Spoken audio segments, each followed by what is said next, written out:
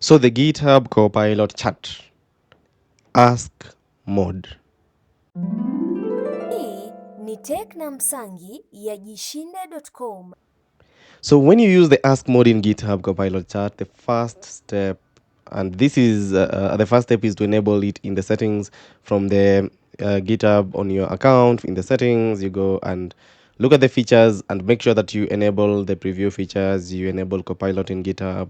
You enable Copilot in the GitHub desktop if you need it, and definitely can it search for web? Can it do a code review automatically? And then you basically go on and enable the different models that you'd like enabled in your Copilot, so that once they are enabled, clouds they are enabled, you'll be able to see them from the Visual Studio Code, from the models that you are able to select. So your organization can disable or enable some models, but you can also determine which models you really want to use for your Copilot needs.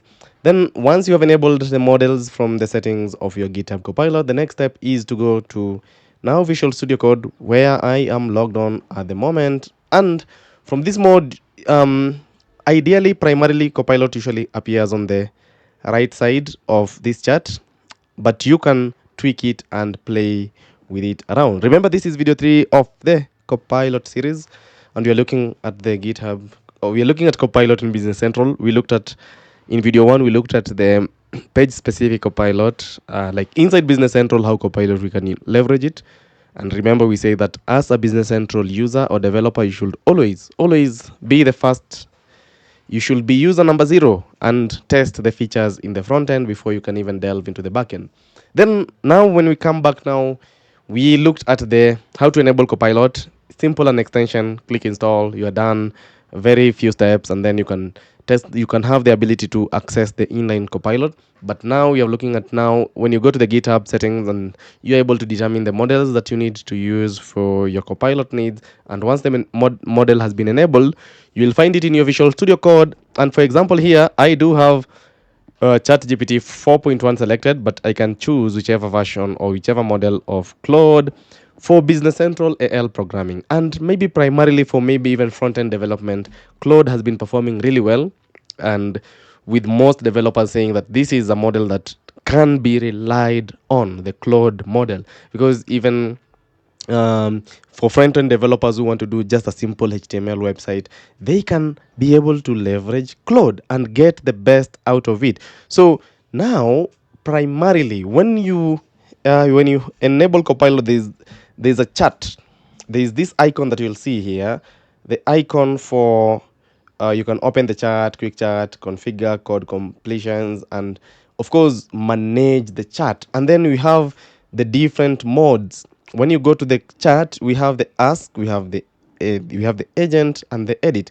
The advice here is start with the ask, because ask is like saying, now I have brought my chat GPT to my GitHub Copilot, and with the ability to select the model that I want to use, I'm not restricted to only the ChatGPT or Gemini when I go to that specific model, but I can change the model depending on the strength of the model without having to open the particular sites or to open the web page from their site and be able to view and test and copy paste the code back and maybe get an error, take it back, all that back and forth, because you waste a lot of time when you're using Copilot in that way. So what's the beauty here? The beauty here, AI works well with context. It works well with information about what it should do. You have your application, you have your workspace, and then you have your context. Like your application is your context, and you can have, and it's also giving us when you use the pound sign and at or the forward slash, you are giving context into the application. And you can see I can give different the context. Maybe I'd like to call this particular file by just pressing on hash.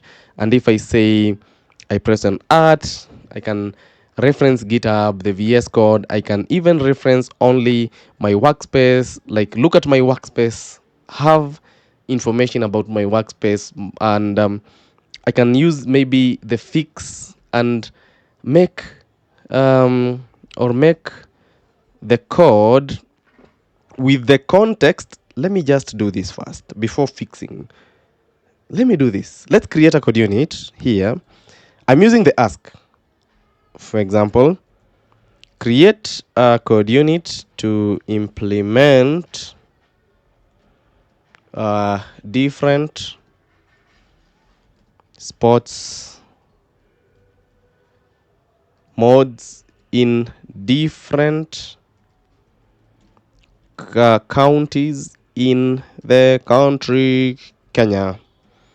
And definitely in Kenya. So we want to implement different sports mode.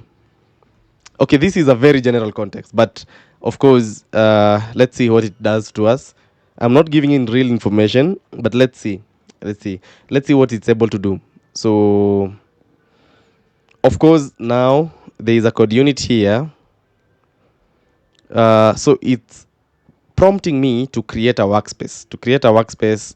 Probably with sport modes, the county sport model, and definitely this is the code unit, but it needs all this information. I already have the workspace. So let me say rerun without the workspace. So I just want a code unit. I'll create a code unit to implement the different sport modes. For example, this is the thing, sport event and all that. Let's go.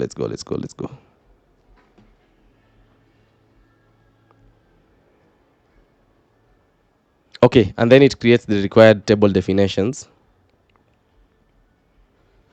Okay, so these implementations includes, so Claude is the best model for AL programming. It really is explorative. It will go out of its way and think, what were you meaning? What could you be wanting to do? And let's look at this. So there's a table here. I have the option to apply this change. I also have the option to insert at a cursor if I had a cursor that is playing at a certain level. And if I do insert, it prompts me for where to apply the change. Do I need to put it in a new file or a specific folder? And of course, I'll take the suggestion. And from here, what I can do is I can do a save. So I have different modes. I can do a save that is not fully saved. And before doing the final save, I can test this code without keeping. Like I can do the save and confirm how it is and do the final save later. I can even insert this again into a new table. And I think that there's a table that is reusing, it's reusing the table number. And finally, let me insert my code unit from there. And then I can still save this file without fully saving it and be able to test the application before keeping. So these, I don't know what mode we'll call, pre-save or pre-keep or before keep. You can still save this code unit and be able to look at the Copilot ask. So ask is, let's say you are trying to think of how will I build the solution. You are at the inception stage and you have your file, you have your requirements in form of a folder, in form of a PDF. You upload the requirements from this chart and be able now to give it the context and then think, can we, for example, design the database model for this? Because this one I will undo, it's basically horrible. So let's say, can we design the database model for storing sporting information, for example,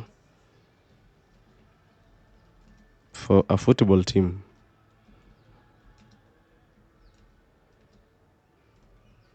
To be used by a football federation. So, the database model, I'm trying to prompt it similar to how you are wondering about something. There's an idea that is in your head, and you're like, okay, so the football model for the federation, for database model for federation use, will have maybe the teams, and then it will have the players, of course, that will be linked to the team, and it goes on and on and on and on. And okay, we could have the staff. You're thinking about it, and you can still view the code. You can see what is working and what it's doing, and you can have many other information. And you can even tell it, don't generate code yet. Please just give me the database model. And I think that is my next prompt. Just give me pictorial view of how the database model looks like. Let's see that. Okay, let's go.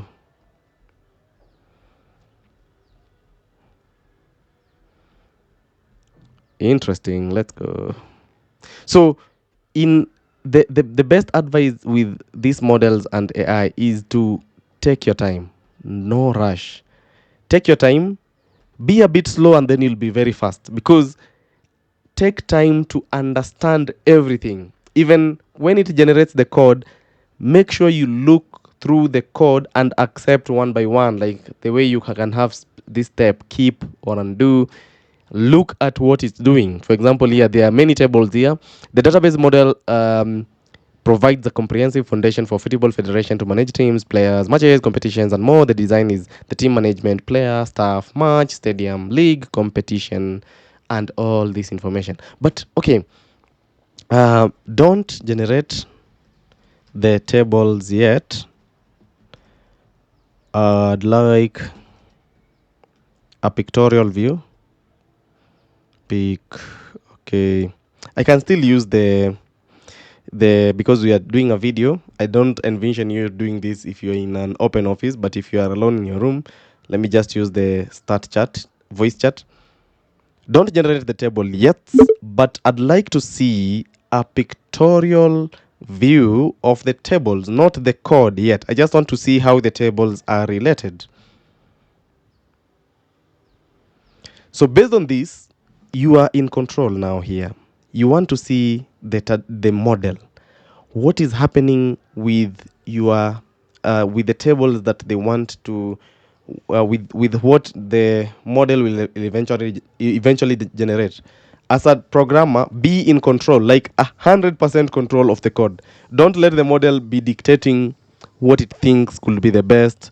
Review the model. You're like, okay, so there's a league, there's the country, the division, so that you can at least have a view of your application from the onset. Have full control. Yes, you're using the tool, but you are the one guiding the tool. Make sure that you guide the tool.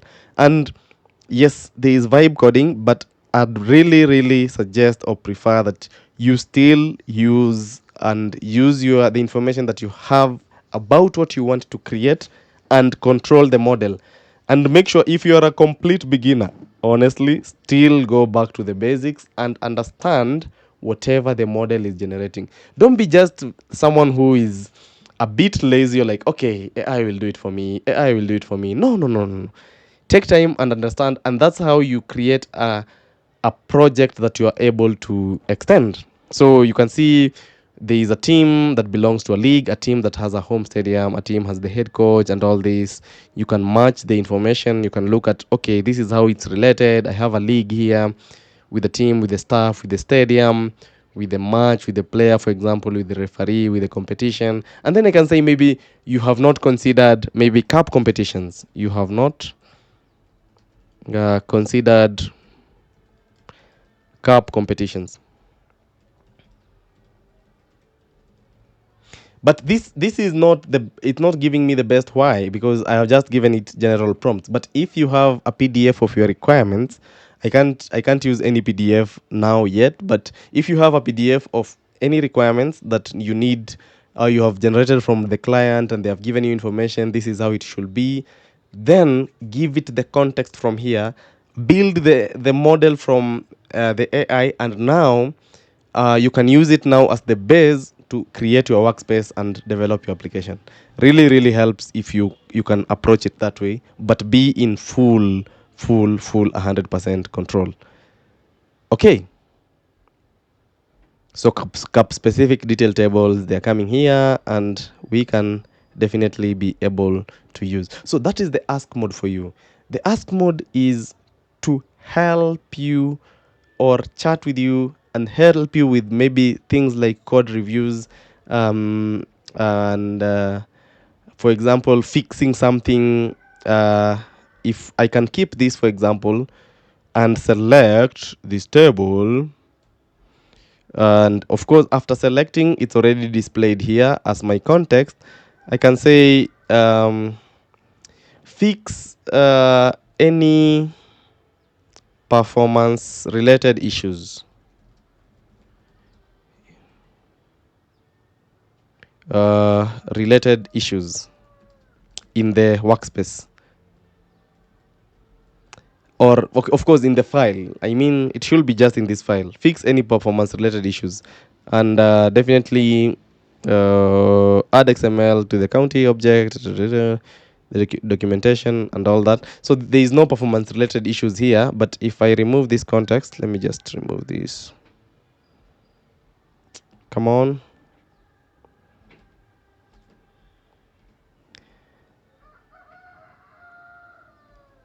Okay. Fix